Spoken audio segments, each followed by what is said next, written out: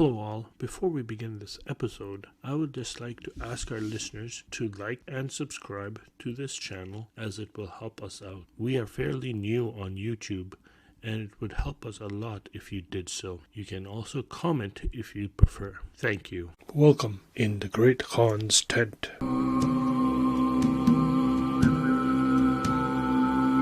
History, literature, and storytelling. In the Great Khan's Tent is now available on YouTube. You can find us using this podcast name. Fear not, listeners, episodes will still be released on this podcast first, and it is only after a delay of a week that I will upload them onto YouTube. You can still find us on all your podcast providers first. Are you interested in getting the book you just published reviewed?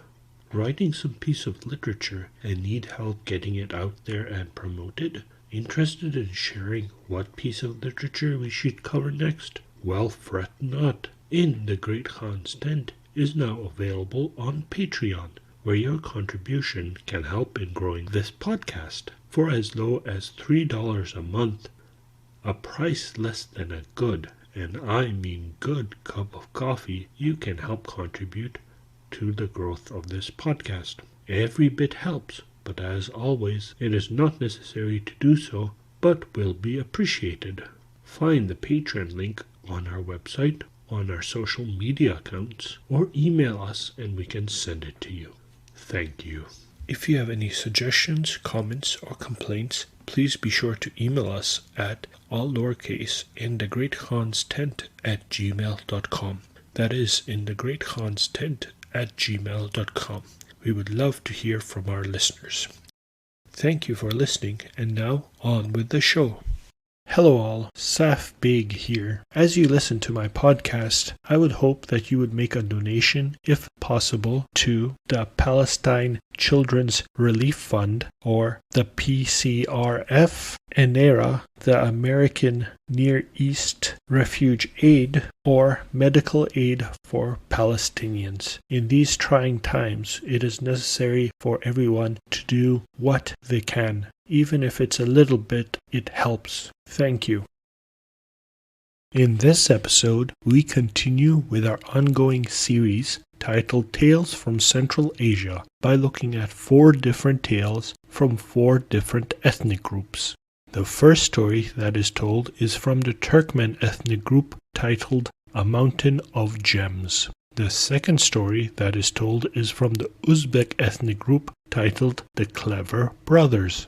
The third story that is told is from the Tajik ethnic group titled The Greedy Qazi. What is interesting about these 3 stories is that they all bear a resemblance to similar tales that we have encountered or have yet to encounter in the 1001 Nights. Although there is no indication of the provenance of these stories, it can be surmised that they were either inspired by the 1001 Nights and were modified to fit their local storytelling environments, or that these stories were developed in parallel to one another in a somewhat isolated environment. As we encounter similar stories in the 1001 Nights, there will be future special episodes comparing and contrasting them. The last story that is told is from the Altai ethnic group called Boroldoy Mergen and his Brave Son. This story is similar in its structure to the Bashkir story we encountered, Altan Saka the Golden Knucklebone, as well as the story of Zarin Khan and the Archer, the Kalmek story. The main character in all 3 of these stories is uniquely different from the environment that he finds himself in, or the village, as in the case of Boroldoy Mergen. The villagers are cowardly and not brave, and it is solely up to him to stand up to the unrighteous ogre Almaeus. In the next episode, we will once again resume our exploration of the 1001 Nights. A Mountain of Gems, a Turkmen fairy tale.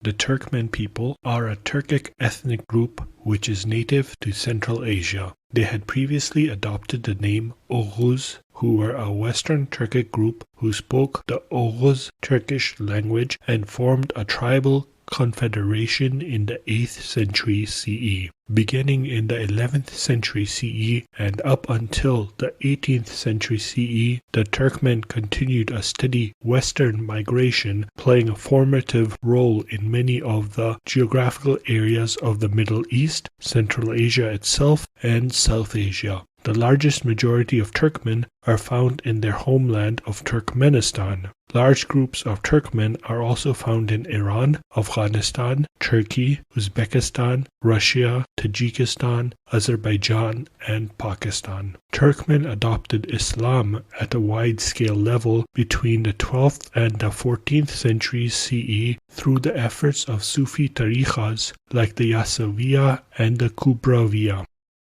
In a certain village there once lived an old widow who had one son, Mir Ali by name. The mother and son were very poor. The old woman combed wool and took in washing, and in this way managed to earn enough to feed herself and her son. When Mir Ali grew up, his mother said to him, "I haven't the strength to work any more, my son. You must find yourself work of some kind to do, and so earn your keep." "Very well," said Mir Ali, and off he went in search of work. He went here and he went there, but nowhere could he find anything to do. After a time he came to the house of a certain Bai. "Do you need a workman, Bai?" Mir Ali asked. "I do," the Bai replied, and he hired Mir Ali on the spot. A day passed and the Bai did not ask his new workman to do anything at all. Another day passed and the Bai gave him no orders of any kind. A third day passed and the Bai seemed not so much as to notice him. All this seemed very strange to Mir Ali, who began to wonder why the Bai had hired him. So he went to him and asked, "Shall I be getting any work to do, master?" "Yes, yes," the Bai replied. "I am going on a journey tomorrow, and you will come with me." The following day the Bai ordered Mir Ali to slaughter a bull and to skin it, and, this done, to bring 4 large sacks and prepare 2 camels for a journey. The bull's hide and the sacks were put on one of the camels, the Bai mounted the other, and off they started on their way. They got to the front of a distant mountain, and the Bai stopped the camels and ordered Mir Ali to take down the sacks and the bull hide. Mir Ali did so, and the Bai then told him to turn the bull's hide inside out and lie down on it. Mir Ali could not understand the reason for this, but he dared not disobey and did as his master told him. The Bai rolled up the hide with Mir Ali inside it into a bundle, strapped it tight, and hid himself behind a rock. By and by 2 large birds of prey flew up, seized the hide, which had a fresh smell of meat about it, in their beaks, and carried it off with them to the top of a tall mountain. The birds began to peck and claw at the hide, and seeing Mir Ali were frightened and flew away. Mir Ali got to his feet and began looking about him. The Bai saw him from below and shouted, "What are you standing there for? Throw down to me the colored stones that are lying at your feet."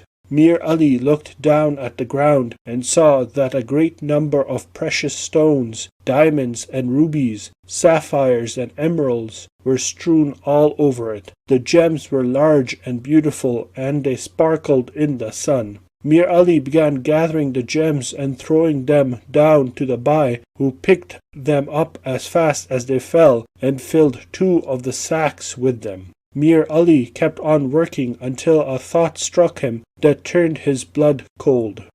"How shall I get down from here, master?" he called to the Bai. "Throw down more of the stones," the Bai called back. "I will tell you how to get down from the mountain afterwards." Mir Ali believed him and went on throwing down the gems. When the sacks were full, the Bai hoisted them on to the camel's back. "Ho there, my son," he called with a laugh to Mir Ali. "Now you can see what kind of work I give my workmen to do. See how many of them are up there on the mountain." And with these words the Bai rode away. Mir Ali was left on the mountain top all alone. He began looking for a way to climb down, but the mountain was very steep, with precipices on all sides, and he could not find one. Men's bones lay about everywhere. They were the bones of those who, like Mir Ali, had been the Bai's workmen. Mir Ali was terrified. Suddenly there came a rush of wings overhead, and before he could turn around, a huge eagle had pounced upon him. He was about to tear Mir Ali to pieces, but Mir Ali did not lose his presence of mind, and grasping the eagle's legs with both hands, held them in a tight grip. The eagle let out a cry, rose up into the air, and flew round and round, trying to shake off Mir Ali. At last, exhausted, he dropped to the ground well below the mountain top, and when Mir Ali loosened his hold, flew away.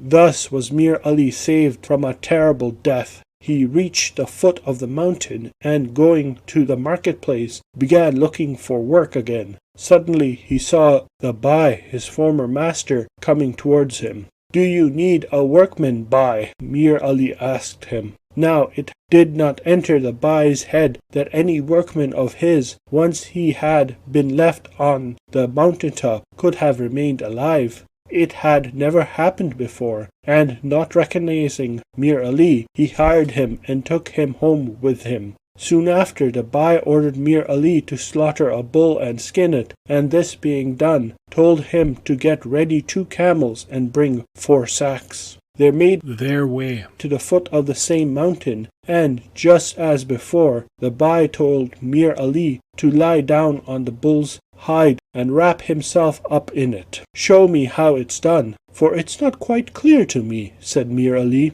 "What is there to understand? Here is the way it's done," the Bai replied, and stretched himself out on the hide, which had been turned inside out.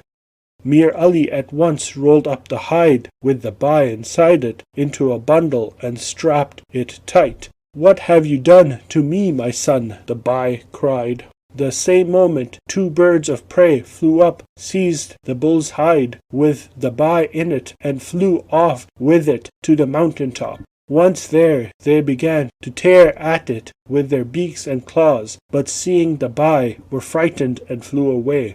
The Bai scrambled to his feet. "Come, Bai, do not waste time. Throw down the gems to me, just as I did to you," Mir Ali called from below. Only then did the Bai recognize him, and began trembling with fear and rage. "How did you get down the mountain?" he called to Mir Ali. "Throw down more of the gems, and when I have enough, I'll tell you how," Mir Ali called back. The Bai began to throw down the gems, and Mir Ali picked them up as fast as they fell. When the sacks were full, he hoisted them to the camel's back. "Come, Bai, look around you," he called to him. "The bones of your workmen are strewn about everywhere. Why do you not ask them how to get down from the mountain? As for me, I am going home." And turning the camels round, Mir Ali set off for his mother's house. The Bai rushed about on the mountain top, shouting threats and pleas, but all in vain, for who was there to hear him?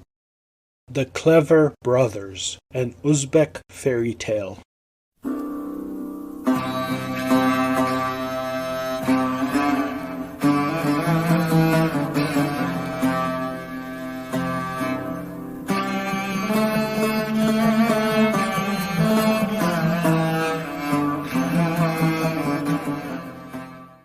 The Uzbeks are a Turkic ethnic group which is native to the wider geographical region known as Central Asia and are among the largest Turkic ethnic group. The term Uzbek was largely adopted as an ethnonym under the rule of Uzbek Khan 1282 to 1341 CE, the Khan of the Golden Horde, and who is credited for not only converting to Islam himself, but also adopting Islam as the state religion. The largest majority of Uzbeks are found in their homeland of Uzbekistan, but significant populations are also found in Afghanistan, Kyrgyzstan, Tajikistan, Kazakhstan, Turkmenistan, Russia, Pakistan, Saudi Arabia, and in Turkey. The majority of Uzbeks are Muslims. There once lived a poor man who had 3 sons. "My children, we have no herds and no gold. We have nothing," he would say to them. "Therefore you must try to amass treasures of another kind. You must learn to observe and to understand what goes on around you. Let nothing escape your notice. Instead of large herds, you will have keen minds, and instead of gold, quick wits. With riches such as these, you will be no worse off than those whose pockets are much better lined than yours." A long time passed and a short, and the old man died. The brothers got together, talked things over, and then said, "There's nothing for us to do here. Let us travel and see the world. If need be, we can always hire ourselves out as shepherds or farmhands. We won't starve no matter where we are." So they got ready and set off on their way. They crossed lonely valleys and climbed tall mountains, and they walked for 40 long days. They had now eaten all they had with them, and were tired and footsore, and still the end of the road was not in sight. At last walls and rooftops loomed ahead. A large town lay before them. The brothers were overjoyed and walked faster. "The worst things lie behind and the best ahead of us," said they. They were nearing the town when the eldest brother suddenly stopped, looking at the ground, and said, "A large camel passed here a short time ago." They walked on a little way, and the middle brother stopped and, looking at both sides of the road, said, "The camel was blind in one eye."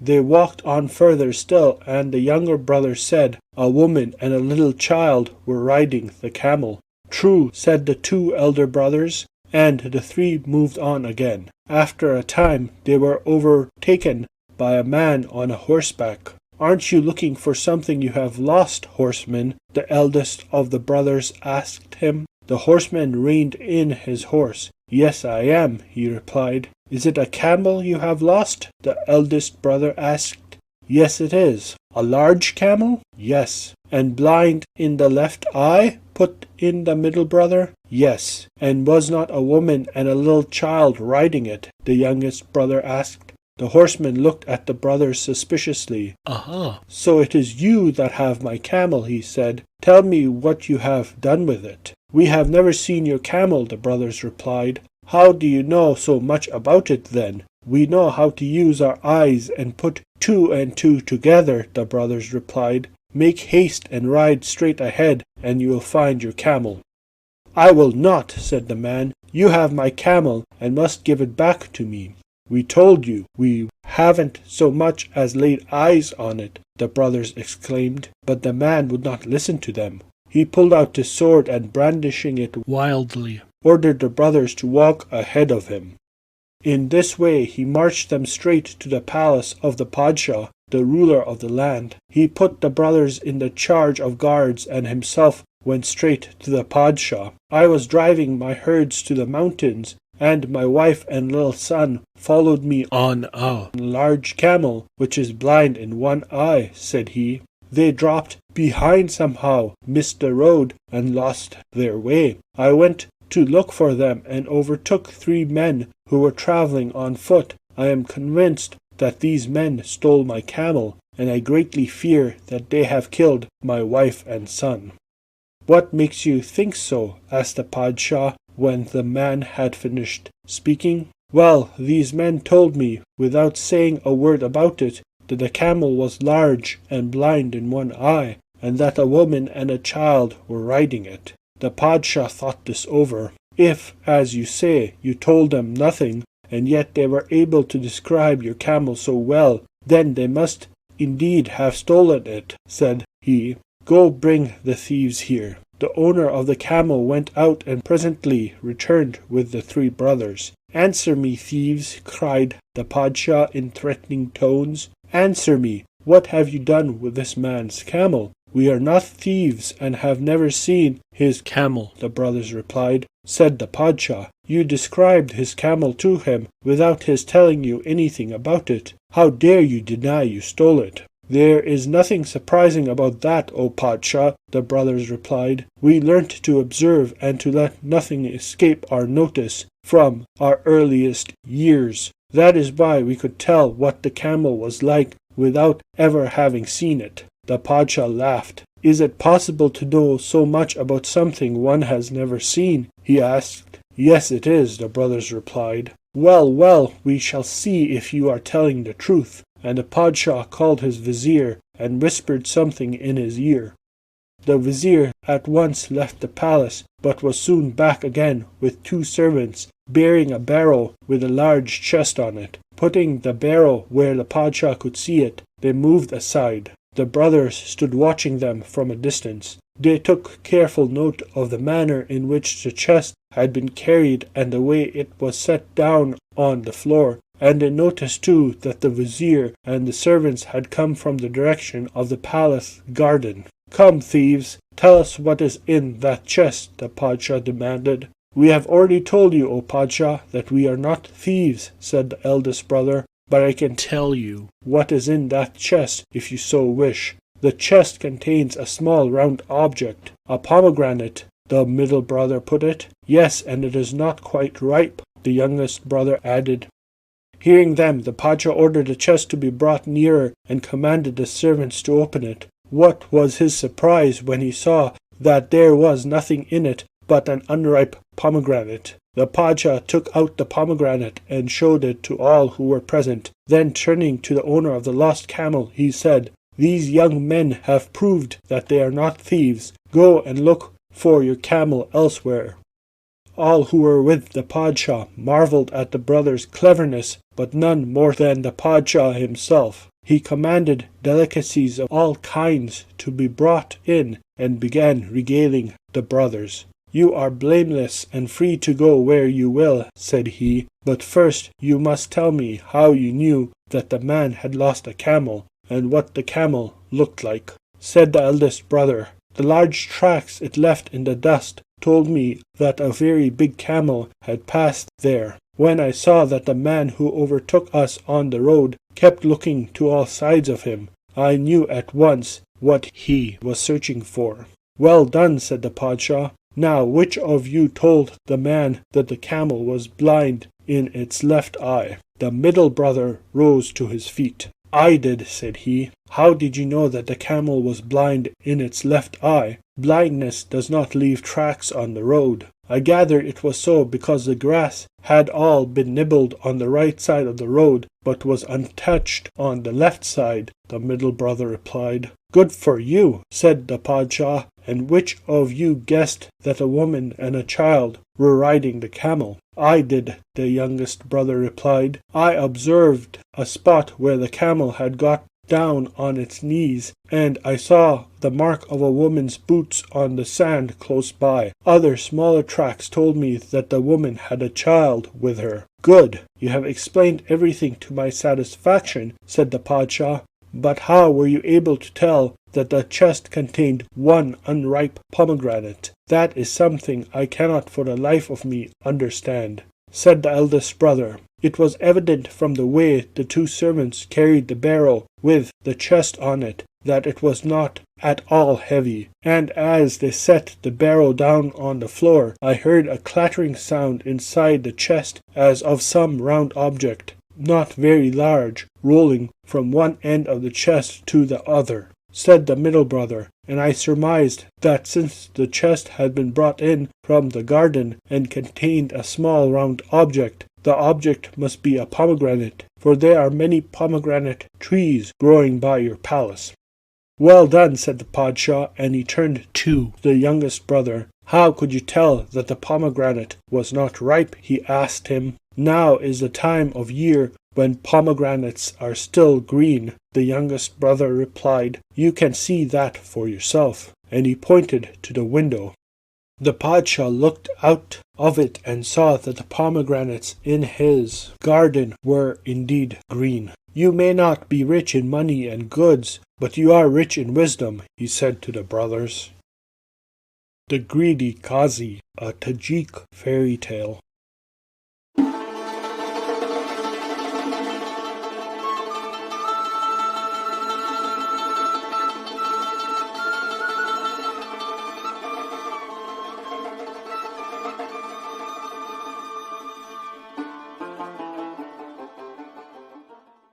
The Tajiks are a Persian-speaking Iranian ethnic group which is native to Central Asia. Tajiks are considered as a people whose continuous presence in Central Asia begins in the first millennium BCE and formed the core of the ancient peoples of Khwarizm, Bactria, and Sogdiania.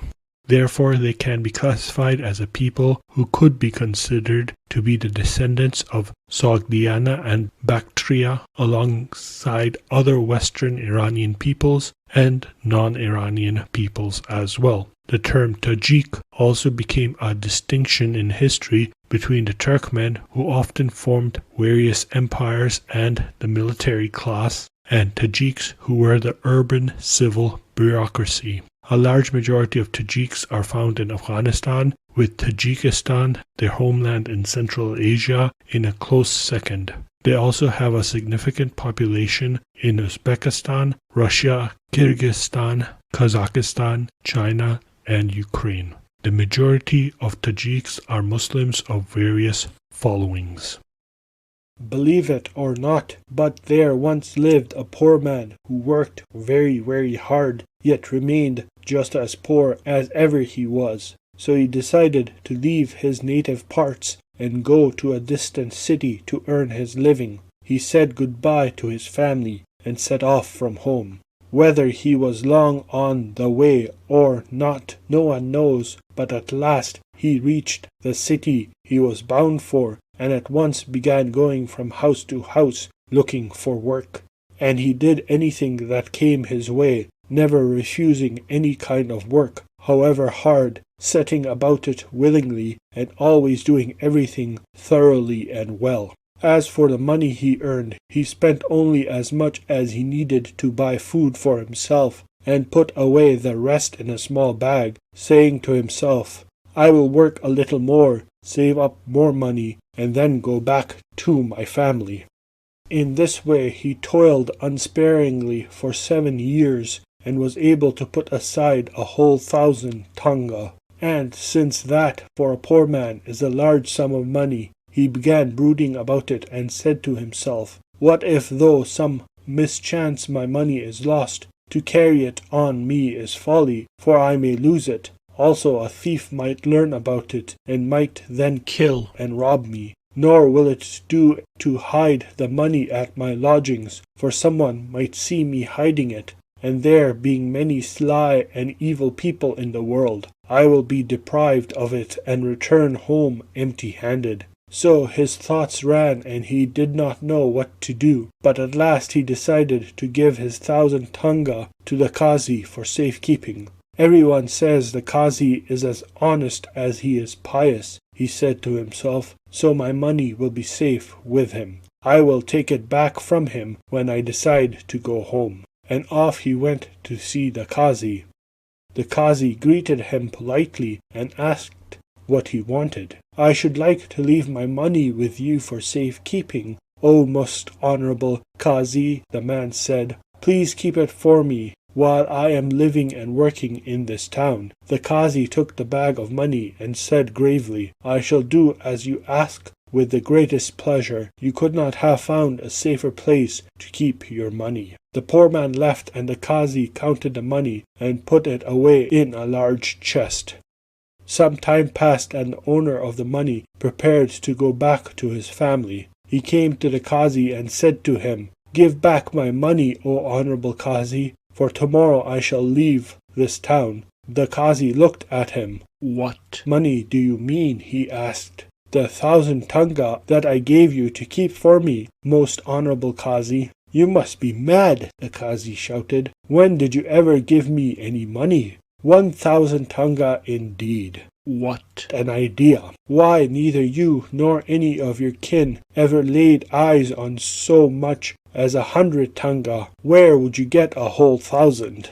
The poor man tried to remind the Qazi when it was he had brought him the money and what had been said between them.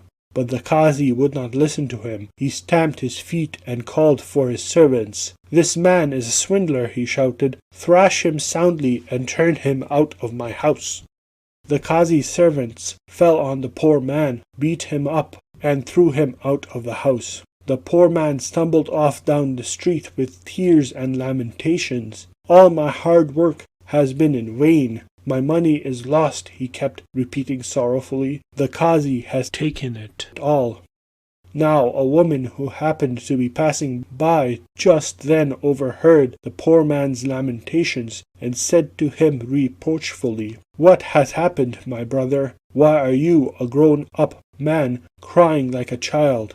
Said the poor man sadly, "Oh, my sister, if only you knew how I have been tricked, you would not reproach me. By working beyond my strength for years and never eating my fill, I succeeded in putting aside 1,000 tanga. Now I have lost them." "Tell me how it happened," the woman said.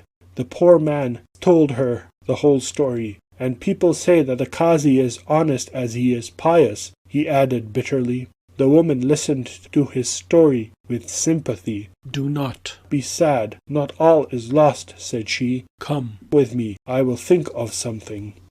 They went to her house, and the woman took a large box that stood there and said to her little son, "I am going with this man to see the Qazi. Follow us at a distance and try not to be seen by anyone. When we reach the Qazi's house, hide yourself and wait until the Qazi has handed this man his money.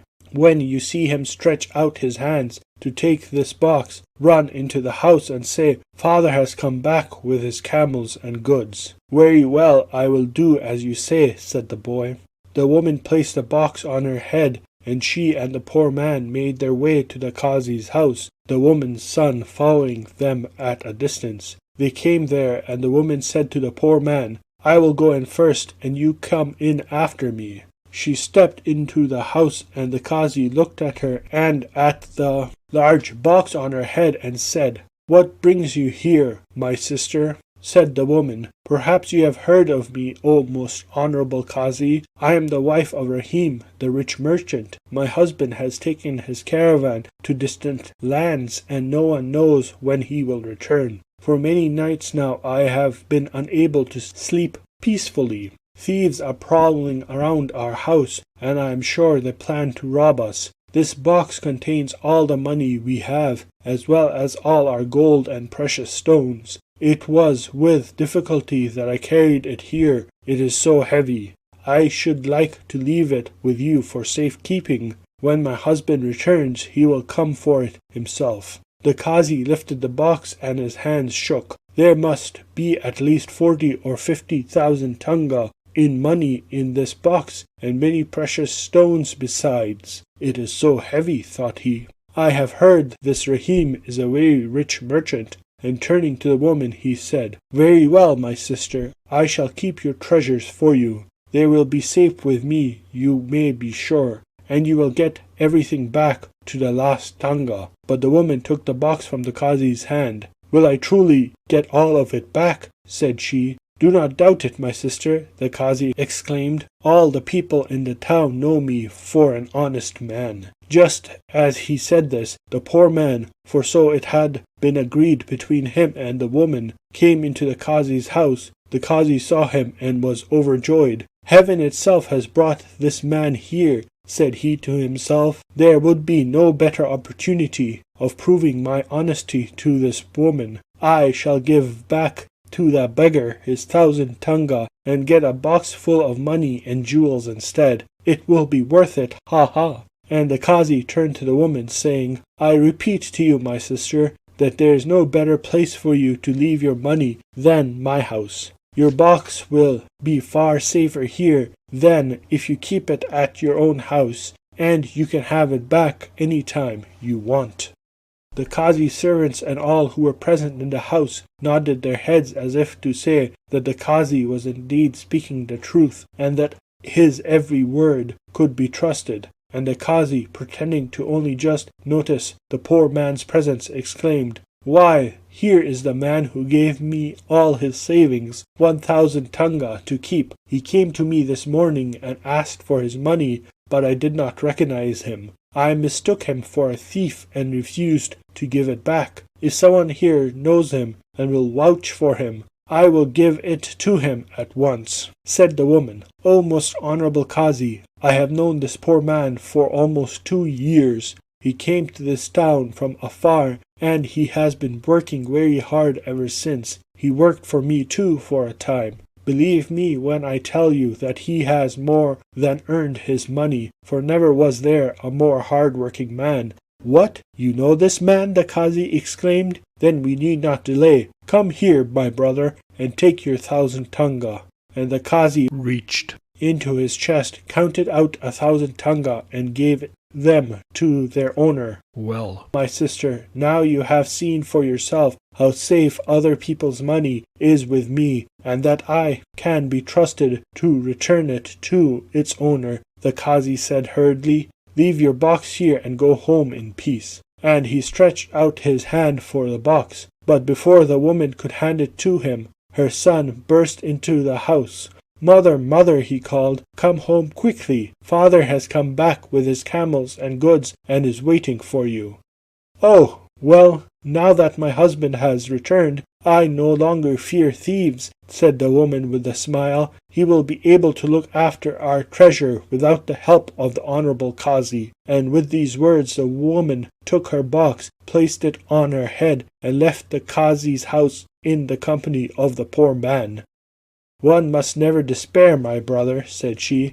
"Remember that there is no knave alive whose scurvy tricks works every time. Go back to your family and live in peace. You have wandered in alien parts long enough. Spend your hard-earned money and enjoy it." And taking leave of one another, they parted.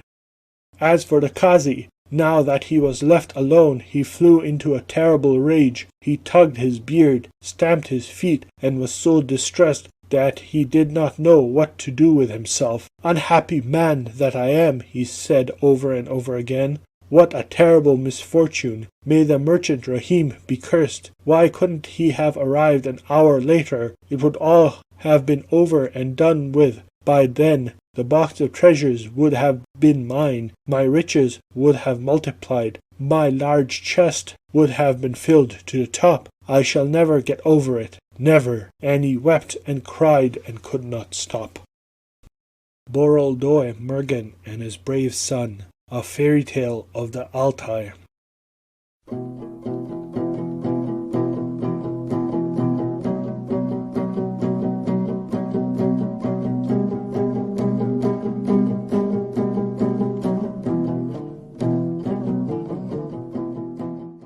The Altai people, also known as Altaians, are a Turkic ethnic group and a member of the indigenous peoples of Siberia. They mainly live in the Altai Republic, a part of the geographical region known as the Russian-colonized Central Asia, although there are large communities also found in Mongolia, East Turkestan, and in Kazakhstan. Throughout history, they were also known as Teli, Black Tatars, and the Oirats. They were primarily shamanists, but through the influence of Tsarist Russian colonial efforts, some were forcibly converted into the followers of the Russian Orthodox Church, although this trend is on the downward slide as many have returned to either their shamanist roots or have joined a local religion termed Burkhanism.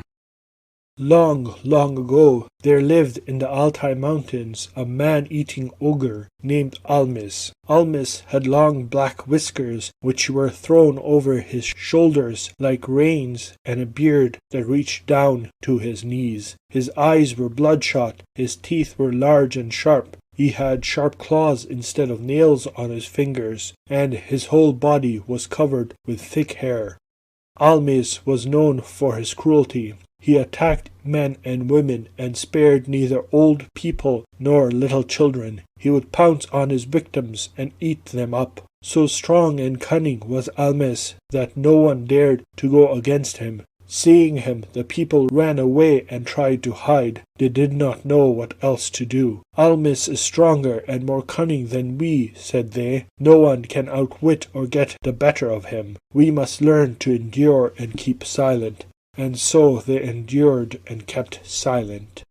Now, in one of the villages there lived a hunter, Boroldoi Mergen by name, who was as strong as he was brave and wise. Some people might go out hunting and return empty-handed, but not Boroldoi Mergen. He would always come back with a full bag, bringing foxes and sables and ermines and squirrels, and he never came to harm.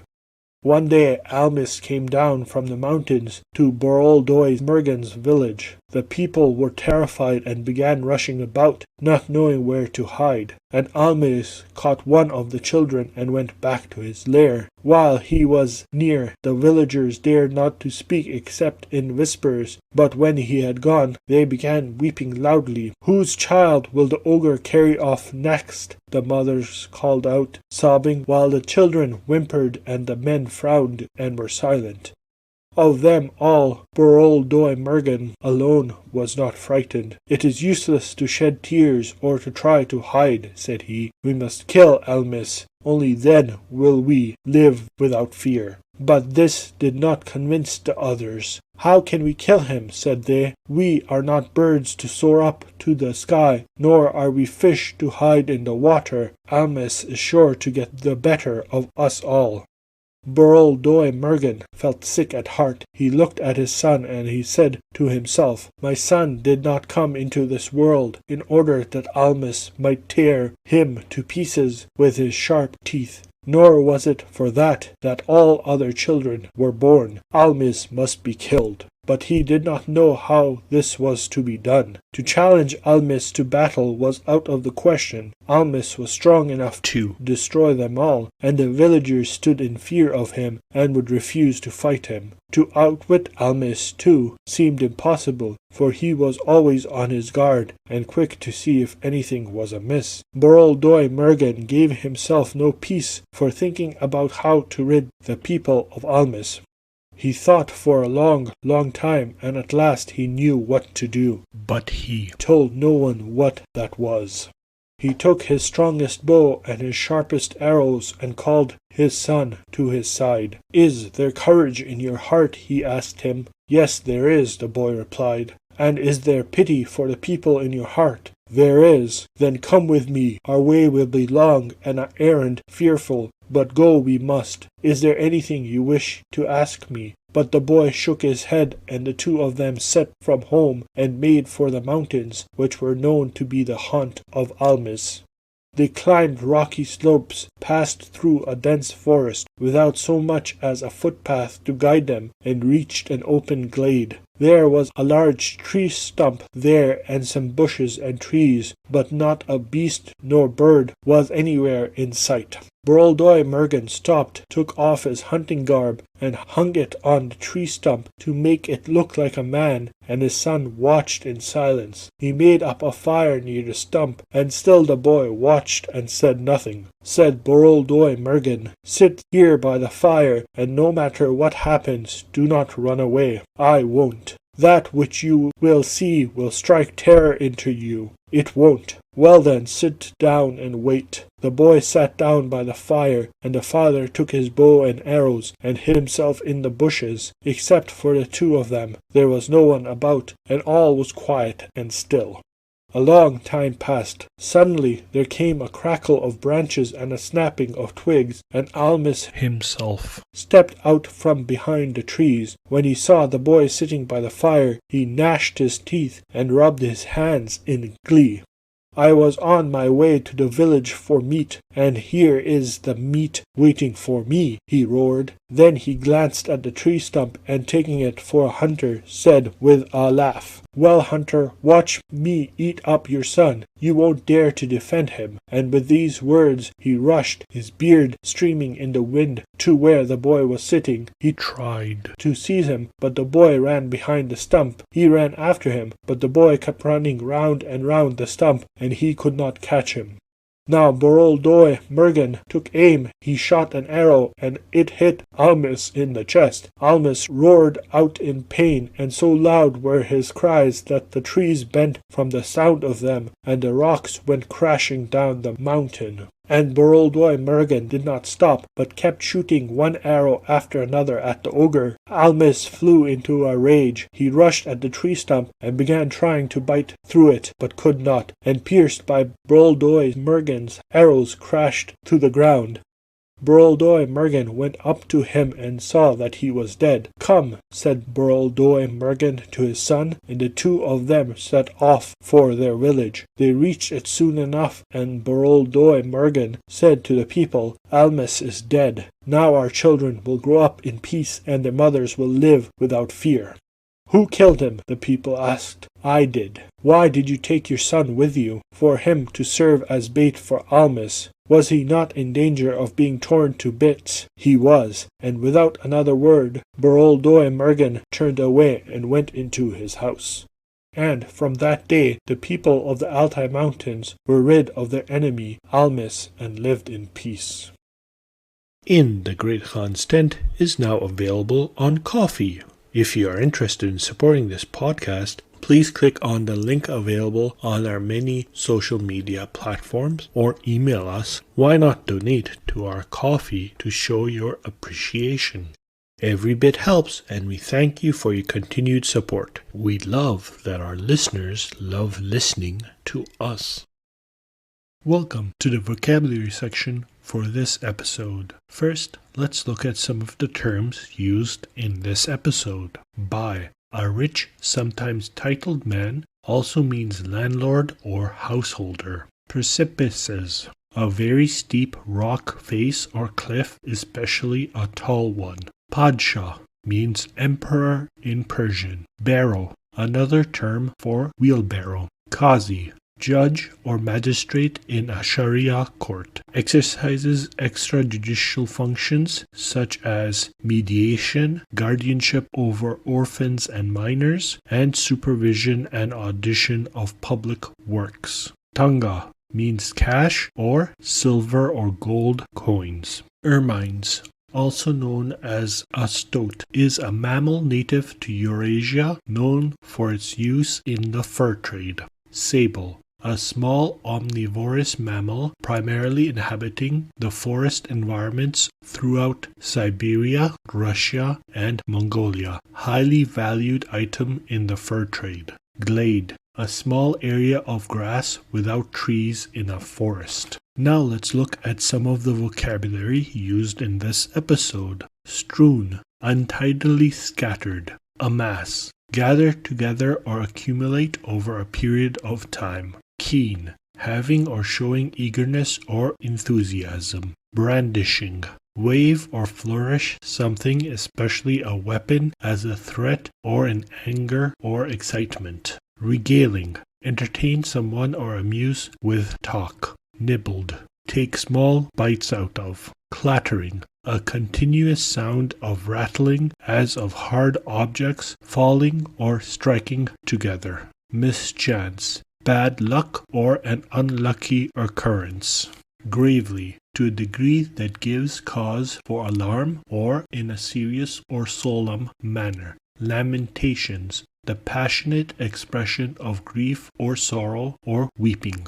Prowling, move around restlessly and stealthily, especially in search of or as if in search of prey. Knave, a dishonest or unscrupulous man. Scurvy, worthless or contemptible. Alien, belonging to a foreign country or nation.